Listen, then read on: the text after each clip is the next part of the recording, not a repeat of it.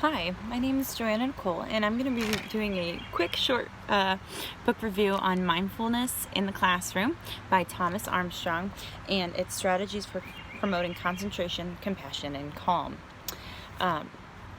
So I teach Algebra 1 and Geometry to 9th and 10th graders, and this book, Mindfulness in the Classroom, has really kind of put a light into my teaching ideas about how to get my students to be calm or to get them to concentrate a little better. I've noticed over the years of teaching that kids can be crazy, especially during certain times of the day, before lunch, right after lunch, right before the end of school. And I've always struggled with getting their attention and concentration, at least for a short amount of time during the 45-minute periods that we have where I work. Mindfulness in the Classroom is a easy read that engages the reader's mind into starting to think in that direction. It's a great introductory book. And it looks at the habits through the teacher and the students, and kind of developed a little bit of research and data collection through this.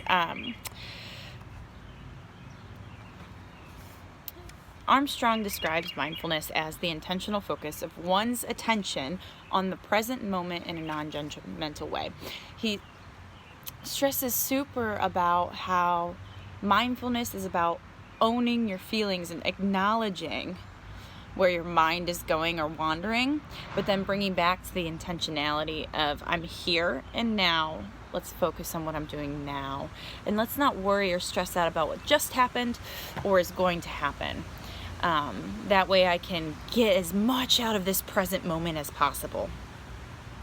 So in the classroom, he talks about how it's so stressful.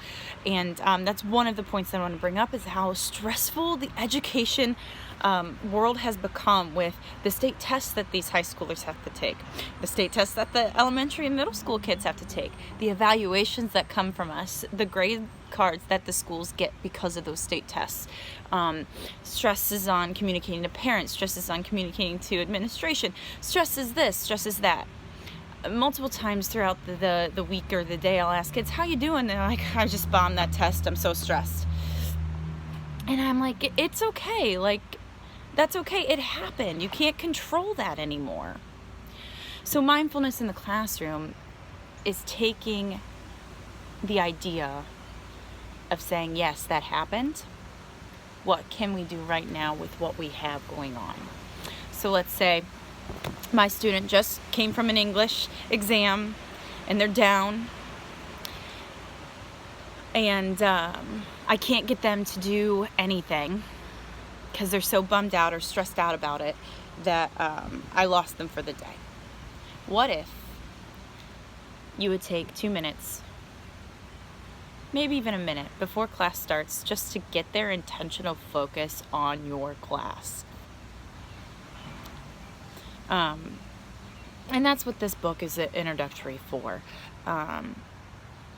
Also in the book, he talks about what mindfulness does to your brain, and kind of there's more engagement when you're intentionally focused on something versus just going through the motions. The second point that I want to bring up in this book is that it's not only about the student care, it's about the teacher care, because of all those stressors that I've talked about earlier. That you should be practicing this too as a teacher, that it's a good practice to be in the now, right?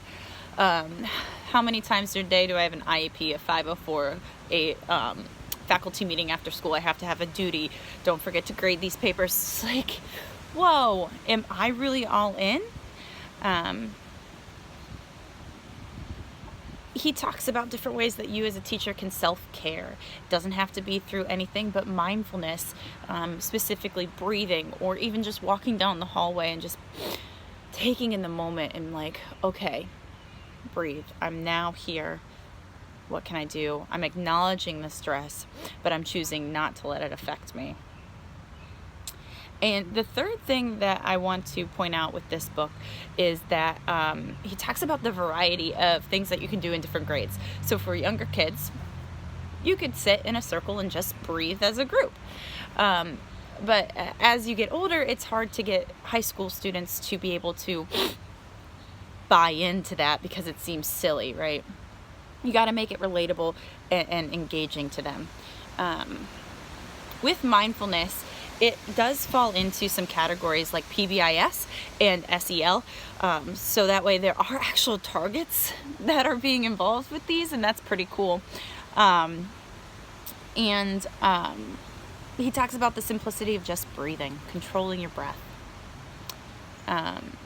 Also in the book, it brings a secular push on it, because we're here for educating the students. You can put some history behind it, but just be careful because it is public education. So overall, the book Mindfulness in the Classroom is just a great introductory to get somebody thinking about mindfulness. It's made me think about the simple things I can start doing with my kids. The important thing too is that you're getting everyone involved if you want to promote mindfulness. So making sure you're communicating with your higher ups, your parents, and your students, so that everybody's on the same page, because there are benefits to mindful practices and there are benefits through the classroom because of that.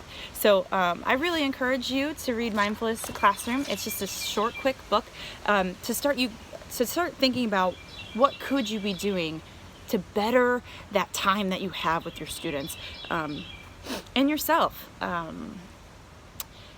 Yeah, he puts some suggestions on here about what professional developments that you can take, things that are out there that can be useful to you. So here's Mindfulness in the Classroom by Thomas Armstrong.